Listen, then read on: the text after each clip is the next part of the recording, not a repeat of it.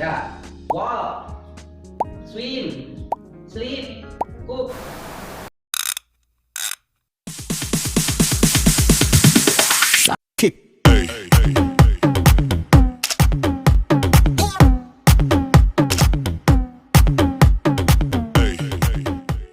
Bismillahirrahmanirrahim. Assalamualaikum warahmatullahi wabarakatuh. Berjumpa lagi dalam channel Pak Dul si Jenderal Kancil. Oke, kali ini Pak Dul ingin membahas sebuah materi bahasa Inggris tentang verb. Tepatnya klasifikasi verb. Apa itu verb? Sebelum lanjut, alangkah baiknya kalian like, comment, share, dan subscribe, serta tekan tombol lonceng agar Pak Dul selalu semangat untuk upload video-video terbaru untuk kalian. Kita lanjut. Verb. Apa itu verb? What's verb? Verb itu merupakan kata yang menunjukkan suatu aktivitas atau kondisi. Jadi dia menerangkan sebuah aktivitas ya, atau keadaan atau kondisi. Nah, biasanya jika kita ingin menentukan atau ingin melihat suatu tenses, bentuk tenses, maka kita bisa membedakannya dari bentuk verbnya. Seperti contohnya misalkan present pasti menggunakan verb 1, kalau past dia verb 2. Nah itu tadi, jadi verb ini membedakan bentuk tenses bisa kita lihat dari verbnya. Oke, kita lanjut. Nah, verb itu bisa dibagi menjadi 4, atau tepatnya terbagi menjadi 4 ya. Nah, apa saja pembagiannya? Yang pertama yaitu berdasarkan fungsinya. Kemudian yang kedua berdasarkan bentuknya. Kemudian yang ketiga berdasarkan perubahannya. Dan yang keempat berdasarkan kedudukannya. Nah, kali ini Pak Dul akan membahas yang pertama, yaitu tentang pembagian verb berdasarkan fungsinya.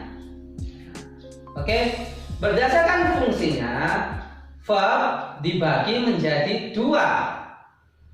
Yang pertama yaitu dynamic verb, dan yang kedua yaitu static verb. Nah, apa dynamic dan static ini? Langsung saja. Nah, dynamic verb itu adalah verb yang menimbulkan gerak fisik. Nah, jadi verb yang menunjukkan sebuah gerak fisik atau menunjukkan sebuah aktivitas. Jadi di situ ada gerakan, ada aktivitas. Ya, ini dynamic verb. Contohnya run, ya, walk, swim, sleep, cook, dan sebagainya. Semua kata-kata tadi menunjukkan sebuah gerakan fisik atau sebuah aktivitas. Ya, misalnya seperti jalan kan ada aktivitas, nampak, berenang, masak, bahkan tidur itu bisa menjadi sebuah aktivitas, menunjukkan sebuah gerakan. Nah, biasanya dynamic verb ini ketika dia dalam bentuk tenses continuous, dia bisa dijadikan verb ing. Jadi dalam bentuk continuous dia bisa dikasih ing atau bisa di verb ingkan. Kemudian yang kedua, static verb. Nah, apa itu static verb? Static verb itu adalah verb yang menunjukkan suatu keadaan atau kondisi. Nah, jadi dia tidak menunjukkan gerakan fisik, tapi dia menunjukkan sebuah keadaan atau kondisi.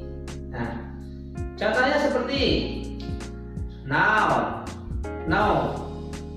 understand, ya, jadi tahu, mengerti. Kemudian miss, love, hate, have, belong, possess, taste, smell, sound, look, see, appear. Nah, semua kata-kata ini adalah statif, menunjukkan sebuah keadaan. Contohnya tahu, mengerti, cinta, kemudian rindu, hate, have, belong, ya, taste, terasa, smell, bau, ya, atau aroma, tercium, ya, terdengar, kemudian dirindu gitu kan ya, atau merindu itu tampak itu adalah suatu keadaan. Nah, saya berikan contoh bagaimana kita bisa membedakan dynamic verb dan static verb. Nah, bagaimana kita membedakannya? Cara membedakannya bisa dilihat dari maknanya. Jika makna kalimat tersebut atau verb tersebut menunjukkan sebuah gerakan fisik atau aktivitas, maka dia termasuk dynamic. Tapi jika dia menunjukkan kondisi atau keadaan, maka dia menjadi static verb. Contohnya seperti ini.